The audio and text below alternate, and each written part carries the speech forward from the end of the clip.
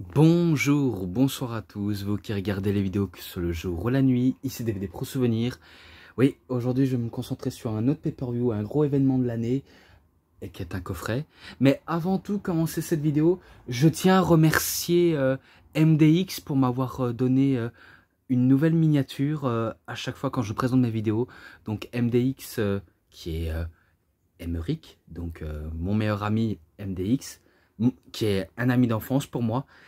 Sachez que c'est grâce à lui qui m'a donné des idées, il m'a aussi donné des conseils, et que il m'a donné ces magnifiques graphismes pour que je les mets en ligne, et que je le remercierai pour rien au monde en tout cas, et que c'est un bon, et qu'il est vraiment doué en graphisme et en miniature. Il n'y a pas à dire, c'est vraiment un génie.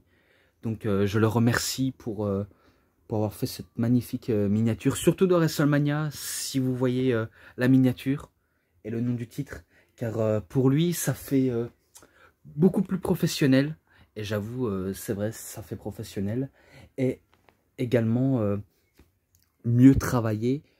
Après les vidéos, ça dépend les qualités, mais ça, il peut pas contrôler mes vidéos, car vu comment je suis un pro reviewer, eh ben, j'utilise ça comme en termes de bienveillance. Et il m'a aussi dit, si jamais je remplace mon nouveau nom, parce que c'est vrai que, je vais vous dire, DVD Pro Souvenir, c'est pas non plus très top, je vous reconnais. Mais après, j'ai pris un risque, j'ai vraiment pris un risque, et que ça m'est sorti complètement de la tête. Et voilà, maintenant c'est lancé, mais peut-être que je pourrais le modifier. Mais bon. En tout cas, gros force à MDX. Franchement, tu m'as vraiment bien aidé. Et aussi, tu m'as beaucoup donné de conseils. Il n'y a pas à dire, tu es vraiment quelqu'un de bien. Et il va pas s'arrêter là, car il a dit qu'il allait peut-être en faire. Et qu'un coup qu'il aura, on va dire, peut-être tout fait, je vais un petit peu l'étudier pour savoir comment il fait.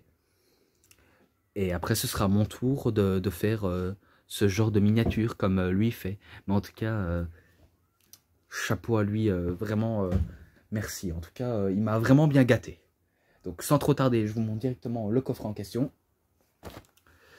WrestleMania 25, le 25e anniversaire, avec tous les catcheurs. John Cena, Kane, Rey Mysterio, Randy Orton, Big Show, JBL, Shawn Michaels, Mark Henry, Chris Jericho, R-Truth, Jeff Hardy, Triple H, Undertaker, Edge, CM Punk et MVP. Il n'y a pas à dire, un excellent show et un très bon pay-per-view en termes de 2009. Il n'y a pas à dire, c'est que du bon.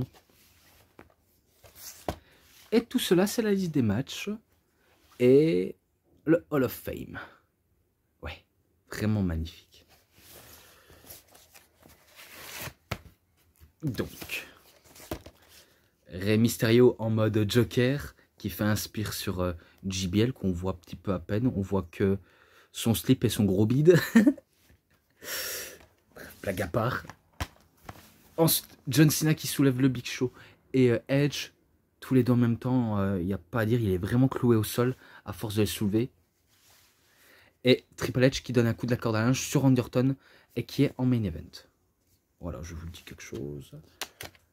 Ensuite, Hornswoggle qui fait un frog splash sur les catcheurs en utilisant Mark Henry comme un petit podium.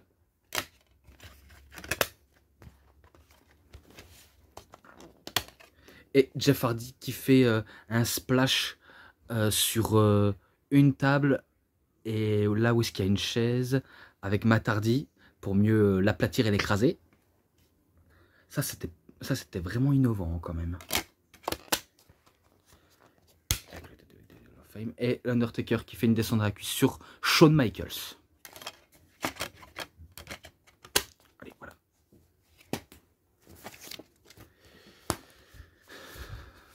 Moi, je vais laisser comme ça. Alors, je vais regarder en bonus. En bonus, il n'y a pas trop grand chose à être spécial, pardon.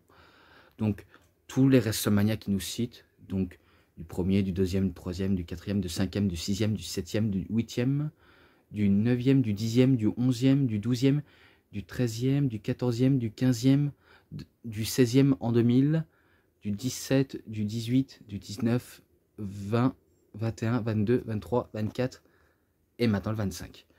Donc on va dire 85, 86, 87, 88, 89, 90, 90, 91, 91, 92, 92, 93, 93, 94, 94, 95, 95, 96, donc 96, 97, donc le 7 en 1997, 98, donc en 98, et 99 en 99.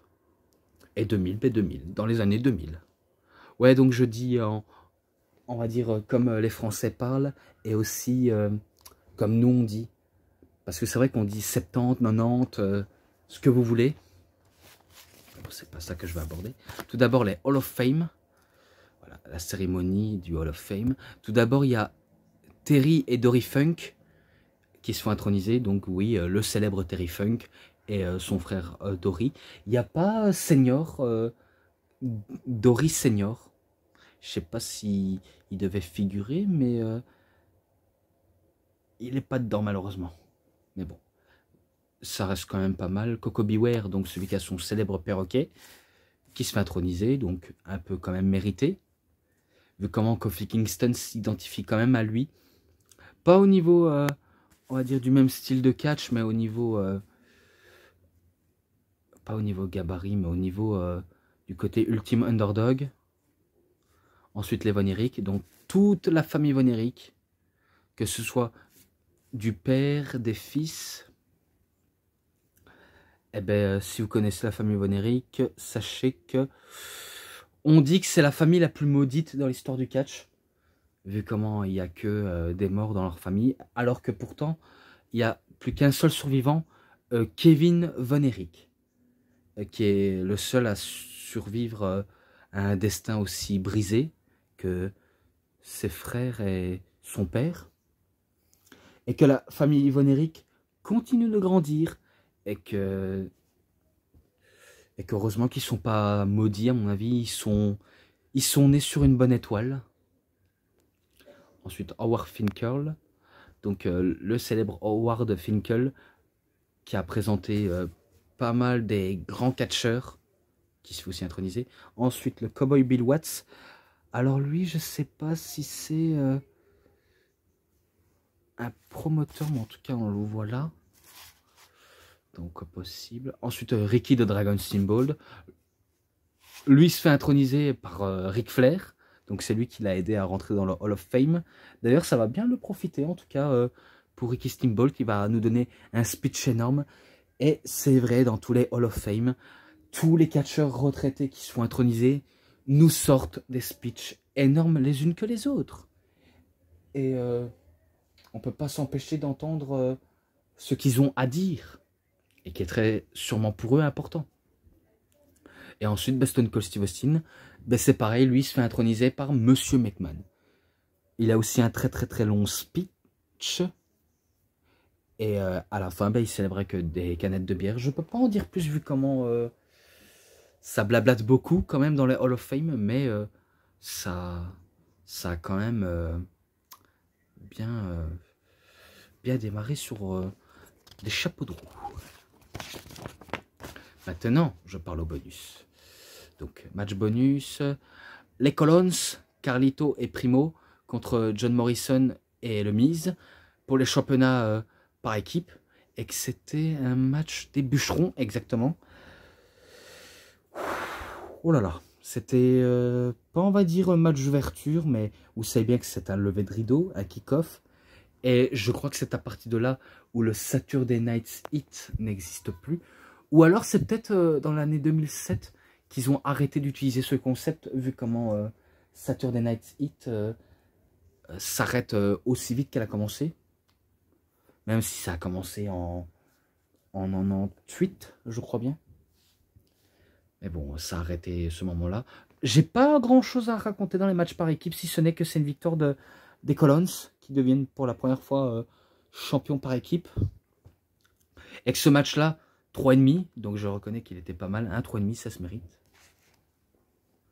Ensuite, Nicole Schinger chante American of the Beautiful. Voilà. Ensuite, ça démarre avec le Money in the Bank Ladder Match. CM Punk contre Kofi Kingston, contre MVP, contre Shelton Benjamin, contre Kane, contre Mark Henry, contre Finlay, contre Christian. Bref, il était énorme ce Money in the Bank. Tout le monde a pu se démarquer. Ceux qui sont des spécialistes des matchs de échelle, d'autres qui ne sont pas des spécialistes de matchs de échelle, ils ont donné le meilleur de eux-mêmes pour nous faire vibrer, pour nous montrer ce que c'est des vrais matchs de échelle à plusieurs. C'est très très très divertissant. En tout cas, je vous dis très très divertissant. Et que pour la 2e année consécutive, CM Punk, il remporte la mallette Money in the Bank. Ouais, je sais. Et je sais qu'avec la miniature que mon cher, très cher MDX m'a fait, certes, ça spoil un petit peu, mais c'est pas mal. Ça spoil un petit peu les matchs, mais sachez que c'est quand même très cool d'avoir ça en miniature et que je ne regrette absolument pas. Comme le nom que j'aborde, c'est vrai que je ne regrette pas du tout, même si je reconnais c'est moins énorme. Donc ce match-là en description. Ensuite, bataille royale de 25 divas pour être la première Miss WrestleMania.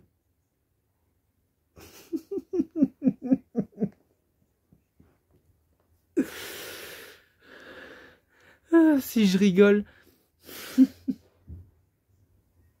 c'est parce qu'il y a un autre qui se déguise en femme et qui se fait oublier durant tout le match, vraiment tout le match, tandis que les vraies femmes s'éliminent entre elles, je crois. Ouais, donc de toute façon, je suis pas si fou que ça. Et que...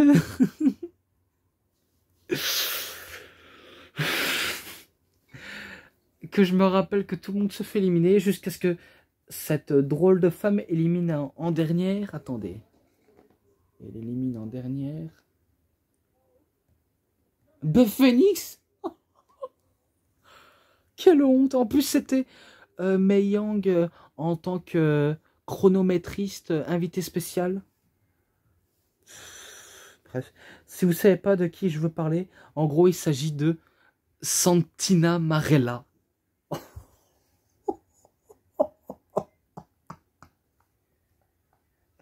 Ah, qu'est-ce que tu fais, mec? Ah, qu'est-ce que tu fais?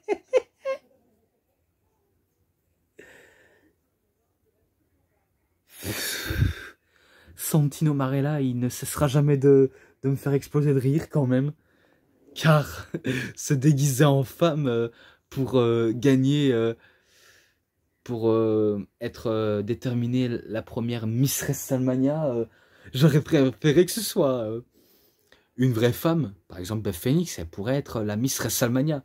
Eh ben non, c'est Santino Marella qui se déguise en Santina Marella. Bref, c'est quand même bizarre de voir une meuf qui n'a pas de seins, et qui a des pecs, qui a des tatouages partout, et que... c'est un sacré comique quand même, Santino. Donc ce match-là, est-ce que je peux le mettre à 3,20 ou à 3,10 s'il vous plaît? Car moi je crois que je vais mettre à 3,10. Car c'est pas légitime de mettre un catcheur Miss WrestleMania. Mais après, pour la WWE, c'est fun. C'est très très fun, comme dirait l'ancien. Bref, vous savez bien de qui je veux parler. Mr. McMahon. Ouais, notre cher ancien boss. Voilà, bref, j'ai déjà assez parlé de ça. Maintenant, je passe au match suivant. Chris Jericho contre Roddy Piper, Ricky the Dragon Steamboat et Jimmy the Superfly Snuka. Et il y avait comme invité... qui était, on va dire, un peu leur manager, le Nature Boy Ric Flair. Ouais, donc, vu comment il s'était fait attaquer par Jericho il y a pas mal de mois, Ouais, Ric Flair. Je me rappelle qu'il avait attaqué sévèrement Jericho, Ric Flair, et que du coup, ben, ce dernier, il a fait venir les légendes pour faire baisser le caquet de Monsieur Jericho. Et que au premier rang, il y avait Mickey Rourke. Donc oui, le célèbre Mickey Rourke, celui qui a joué dans The Wrestler. Et que j'aime bien Jericho après qu'il a gagné. De toute façon, c'est lui qui gagne face aux légendes.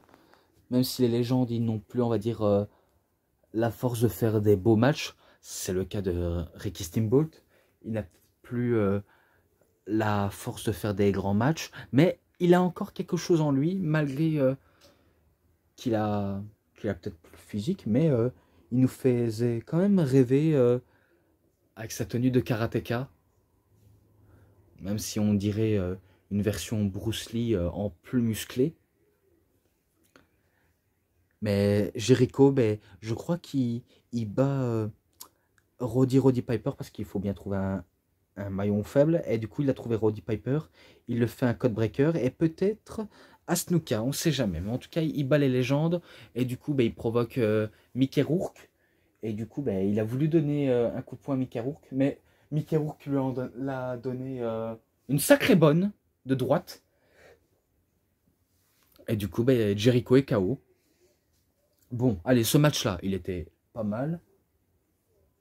Même si c'est pas, on va dire, le plus grandiose. Mais il était pas mal. Je lui mets un 3,5. Voilà, un 3,5. Ensuite, un match qui figure réellement dans le DVD des Hardy Boys. Matt Hardy contre Jeff Hardy. Dans un Extreme Rules match. Et oui, attendez, je vais vite venir car j'ai une petite chose à régler. Donc, à tout de suite. Donc voilà, je suis revenu. Ne vous en faites pas, c'était rien du tout. C'est juste que j'arrangeais quelque chose vite fait, bien fait. Mais bon, passons au match entre frères fraternels. Ouais, donc en gros, la storyline, c'était que Matt Hardy était jaloux de son petit frère, Jeff Hardy. Parce que ce dernier réussit très bien sa carrière, malgré qu'il a connu entre-temps des échecs et surtout beaucoup de suspensions par-ci par-là. Donc c'est sûr, Jeff Hardy ça a été le plus épinglé par la Wellness Policy. Et surtout celui qui a connu pas mal de défaites durant le long de sa carrière. Même quand il était jobber, mais ça c'est une autre histoire. Mais face à des grandes rencontres, il avait peut-être perdu les matchs, mais il a gagné une chose, c'est le respect des anciens.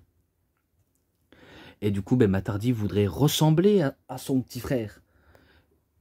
Donc, suite que Jeff Hardy était champion de la WWE, ce dernier, Matt Hardy, a dû contrainte de, apparemment parce qu'il a dit en storyline, que c'est lui qui avait fait brûler sa maison et que son chien avait péri avec. Vous savez bien que ce n'est pas lui, il le dit en storyline, mais il n'est pas sérieux, c'est juste pour raconter une histoire en se faisant passer pour le méchant. Et d'ailleurs, il avait réussi son coup, car à l'époque, on n'en revenait pas que Matt Hardy ait osé trahir son petit frère. Parce que oui, Matt Hardy, c'est le plus vieux des frères Hardy. Et que nous, on l'en voulait, on le détestait tellement que il a osé faire du mal à son petit frère. Et en disant que c'est lui qui avait commis pas mal d'agressions sur Jeff. Par exemple, il l'a tabassé dans un hôtel. Il lui a provoqué un accident de voiture pour qu'il meure. Et encore plus grave, ben, accident de pyrotechnie. Donc il voulait vraiment rendre la vie de son frère un enfer. Et du coup, ben, Jeff Hardy le dit que c'est un gros taré, que c'est un meurtrier, qu'il est psychopathe. Et que tu mérites de payer pour tes crimes. Donc ça va se jouer entre les deux. Tout d'abord, une grosse baffe pour commencer et débuter le match. Et que par la suite, ils vont nous livrer des pépites de match. Et surtout, il faut savoir que Jeff Hardy et Matt Hardy se sont inspirés des guerres fratricides notamment Brett et Owen, parce que c'est vrai que leur rivalité était différente, car ce match vaut le coup d'être admiré par certains qui ne sont pas fans du old school, alors que je vous garantis c'est un des meilleures périodes de la nouvelle génération, et que là c'est que entre deux frères qui se déchirent pour le respect et pour montrer que Matt est tort de prendre son frère pour quelqu'un qui a autant de succès que Matt, parce que Matt il n'a pas la grosse reconnaissance que Jeff a eu pendant pas mal de décennies, alors que les deux sont hyper appréciés. Même si c'est vrai par rapport aux fans, il y a beaucoup de favoritisme envers Jeff Hardy. Et du coup, vous avez vu que Jeff Hardy, il a fait un splash sur deux tables. La première, c'est quand il se la prend de plein fouet, alors que Matt, il avait la chaise sous le corps, donc il l'écrase avec la chaise pour mieux l'aplatir. Et après, il avait deux échelles. Ah, parce que je vais un petit peu plus loin, car c'est exactement trop long et j'ai pas envie de finir sur des matchs très très très longues. Mais ils nous ont tissé pas mal d'objets, que ce soit les poubelles, les chaises, quoi encore. Ils nous ont teasé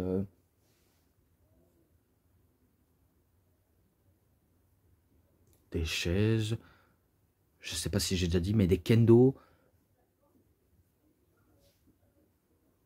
Et pas mal. Mais en tout cas, je me rappelle que Jeff Hardy voulait faire son springboard descendre à la cuisse, mais ce dernier esquive, donc Matt Hardy esquive la leg drop, et que après je me rappelle, il met la chaise au niveau de la tête de Jeff Hardy, et il fait un twist of fate, et du coup, c'est comme s'il a guillotiné son frère sous la place publique, et du coup, il remporte suite à un twist of fate. Et là, c'est une grosse victoire de Matt Hardy sur son frère. Et que ce match-là, je le noterai en description, vu comment je l'avais déjà noté dans le coffret des Hardy Boys. Et je vous le garantis, il est présent dans ce coffret, que j'ai déjà reviewé il y a bien longtemps. Et même le match à Backlash, que j'ai trouvé exactement énorme aussi, il est présent dans ce coffret. Donc voilà, on va dire belle victoire, assez exécrable de Matt Hardy, mais ça nous permet d'avoir de la compassion pour Jeff Hardy. Bon, je passe. Un match que je n'ai jamais noté, je pense, jusqu'à ce jour. Rey Mysterio contre John Bradshaw Layfield, JBL, pour le titre intercontinental. Et que le champion c'était JBL, et que tout le monde n'aimait pas le voir en tant que champion, car c'est vrai que JBL ce n'est pas, on va dire, un catcheur très bosseur, même si honnêtement il est quand même un peu bosseur quand il s'agit d'essayer de nous sortir un bon match. C'est la plupart de ceux qui ils sont un petit peu outrés ou dégoûtés de le voir catcher sous le ring. Et que Rey Mysterio, il était déguisé en Joker. Oui, le Joker de Christopher Nolan dans The Dark Knight, le Chevalier Noir. C'était une petite dinguerie que j'ai vraiment appréciée de la part de Rey Mysterio. Même si le match va être très court et que tout le monde veut voir JBL perdre parce que Rey Mysterio c'est un héros d'enfance et c'est plus lui qui a plus le mérite. Donc il commence à faire son 619 sur JBL et son Springboard Splash justement. Et après la victoire, et remporte le titre. Et après que JBL ait compris qu'il a perdu de l'intérêt aux yeux des fans qu'il huait, et que là ils sont en train de se moquer de lui, comment il s'est fait battu par un plus petit que lui, et qu'il prend un micro, il va pas encore sortir cette fameuse phrase mythique qu'on souhaite de partir. Vous savez bien de quoi je parle. Si vous ne savez pas, ben, vous vivez dans une grotte. Et ben, il était assez hésitant. L'air de dire, ah, c'est pas grave. toute façon, le titre, je remporterai coûte que coûte. Et après, un coup qu'il a commencé à craquer, et ben là, il nous sort ces fameuses phrases « I quit !» Donc, il démissionne. Et du coup, mais la foule, ça leur fait rien du tout. Tout ce que je me rappelle, c'était des nananana, nananana, hey, hey, hey, goodbye. Même son propre public texan ne le supporte pas. Bref, c'était énorme. Ce match-là, 3,40. Voilà. Ensuite, The Undertaker contre Shawn Michaels. Un gros classique, ce match-là. Vraiment, c'est un des classiques. Il est incontournable. Dans la carrière de Shawn Michaels et de l'Undertaker, c'est sûr. Pour moi, c'est un classique et que je l'ai déjà noté. Vous vous rappelez sûrement de Shawn Michaels qui est habillé en blanc comme si c'était un ange tombé du ciel. Et quand vous voyez l'Undertaker, eh ben, c'est un mort-vivant, un démon qui revient sur Terre. Pas par le ciel, mais par le sol. Pour mieux connaître, on va dire, les différentes caractéristiques qui sont attachants à leur côté. Que ce soit de l'Undertaker ou de Shawn Michaels. Et qu'en gros, c'est un peu du yin et du yang entre les deux hommes.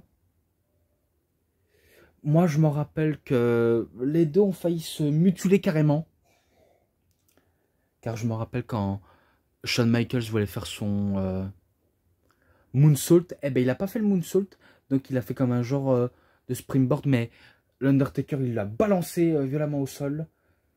Et après un coup qu'il a sonné Shawn Michaels, je m'en rappelle, vous vous rappelez ce moment-là, hein, car c'est un des éléments les plus surprenants et surtout le plus choquant.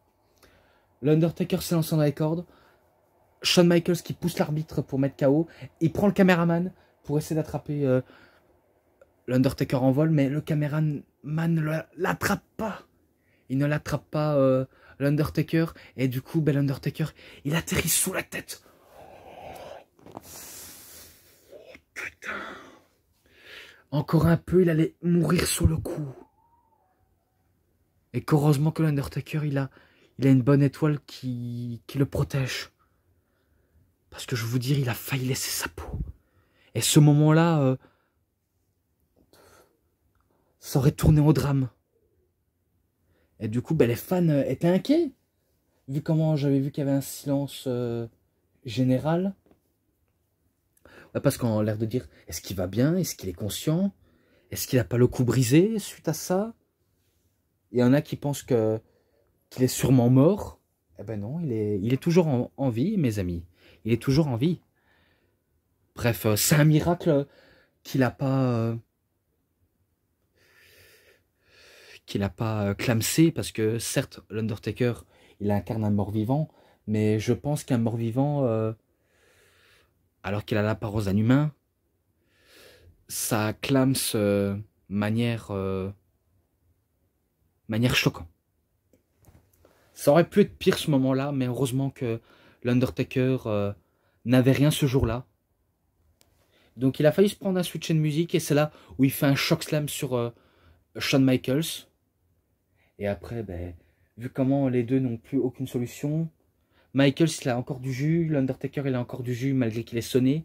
Je me rappelle que Shawn Michaels voulait faire un moonsault, l'Undertaker contre le moonsault, et il fait son ultime tombstone pas driver, et il remporte le match. Donc malgré ce moment choquant, l'Undertaker nous a sorti un classique, et que je ne comprends pas pourquoi ce match-là n'a jamais été noté 5 étoiles, et que ça se mérite, et que ça aurait pu être le main event, malheureusement. Et que l'histoire leur a donné raison. Maintenant, je vais un petit peu m'hydrater, donc voilà. J'espère que vous aussi, vous vous hydratez, car dans la vie, il faut boire pour s'hydrater.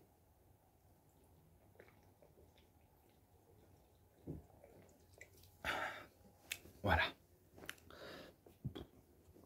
Donc ce match-là, un 5, et je crois que j'avais ajouté un autre un autre chiffre, mais en tout cas, ça reste à vérifier. Mais c'est un classique de WrestleMania pour moi. Maintenant, match triple menace pour le championnat du monde poids lourd. John Cena contre Edge, contre le Big Show. Ah, tiens, celui-là, je ne pense l'avoir peut-être jamais noté. En tout cas, ça reste à vérifier, mais je pense que celui-là, je ne l'ai jamais noté. Vous connaissez sans doute les entrées mythiques. L'entrée mythique de Edge, l'entrée du Big Show assez basique, et l'entrée de John Cena avec des John Cena partout. Donc il y en a qui se ressemblaient comme des gouttes d'eau. Il y en avait qui avaient un petit peu la même apparence, mais ça, ils les ont pas choisis pour l'apparence. Ils les ont choisis parce qu'ils ont porté le même t-shirt que John Cena. Et qu'un coup que John Cena commence à courir tout le long de la rampe, il y a des « You can see me ». Donc oui, tout le temps des « You can see me ». Vous pouvez pas nous voir. Et que le match était grandiose. Il y en a qui trouveraient ça rien de spécial. Pourtant, c'est un match très très bon quand même. Et que la surprise, ben, c'est quand John Cena arrive à soulever un plus gros et un qui est quand même lourd, mais qui ne pèse pas son poids, à la personne de Edge. C'était passionnant et énorme. Donc c'est là où John Cena il fait un attitude adjustment sur le Big Show et que Edge voulait faire un spear, mais Edge se fait prendre au piège par le Fireman's Carry de John Cena et un attitude adjustment et il fait tomber sur le Big Show. J'ai peut-être pas eu grand chose à raconter, si ce n'est que il était pas mal, vraiment énorme et qui est passionnant aussi. Donc j'ai pas grand chose à en raconter. Après, si je l'ai déjà noté, faut voir, mais en tout cas, je le mets 3,50 de manière provisoire, hein, parce que j'en suis pas encore sûr, malheureusement. Bref, je prends le risque, je mets 3,50 et que je vais vérifier si je l'ai déjà noté. Donc, je vous le promets, mes amis. Si je veux, je peux même le sortir mercredi. Parce qu'en fait, celui-là, c'est un enregistré et que...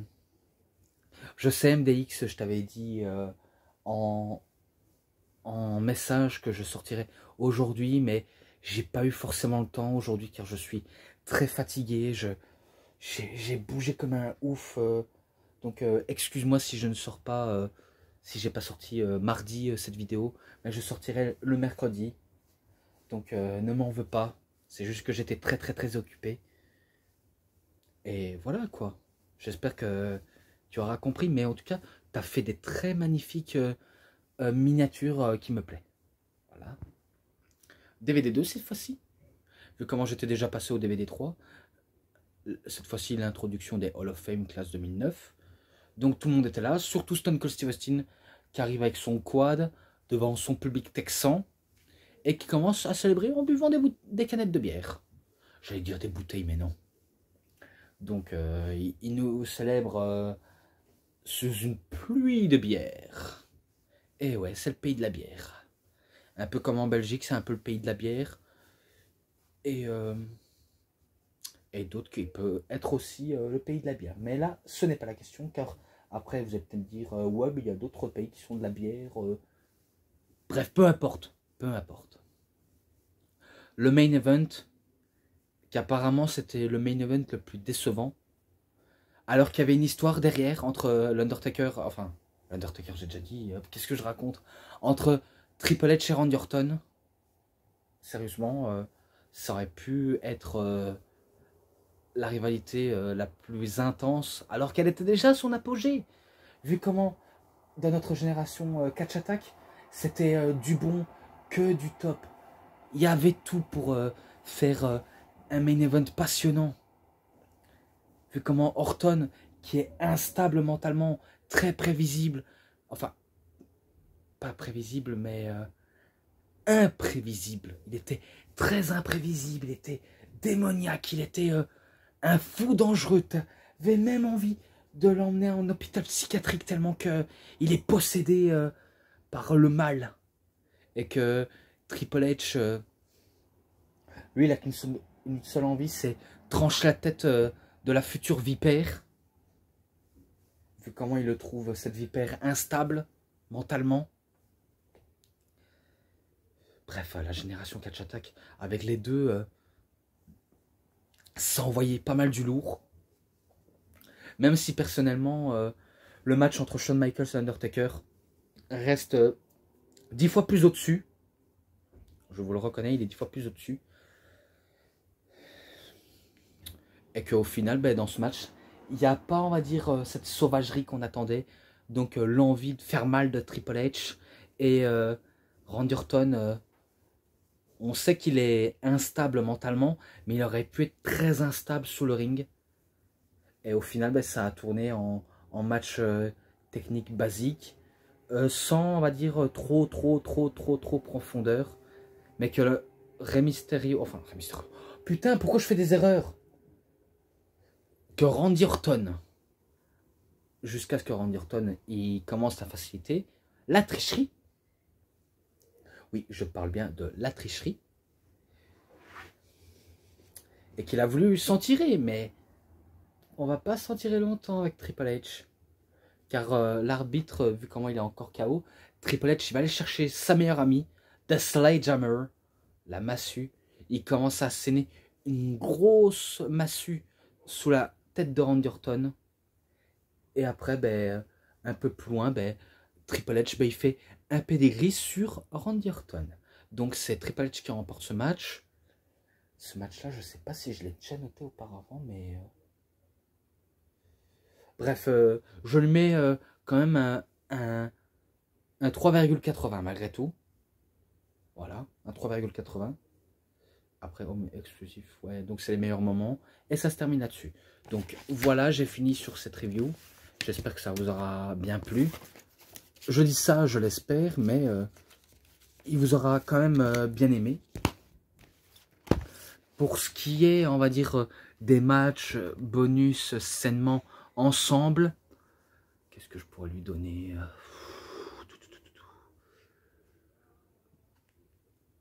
Je pourrais lui donner un 4,80. Pourquoi pas, vu comment ce show-là, j'ai vraiment adoré.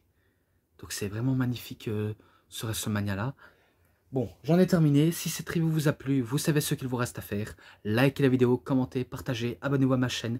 Cliquez sur la petite cloche pour avoir plus de notifications des prochaines vidéos. Et moi je vous dis bonne journée, bonne soirée à tous. Au revoir tout le monde pour une prochaine vidéo. A plus les fans de catch.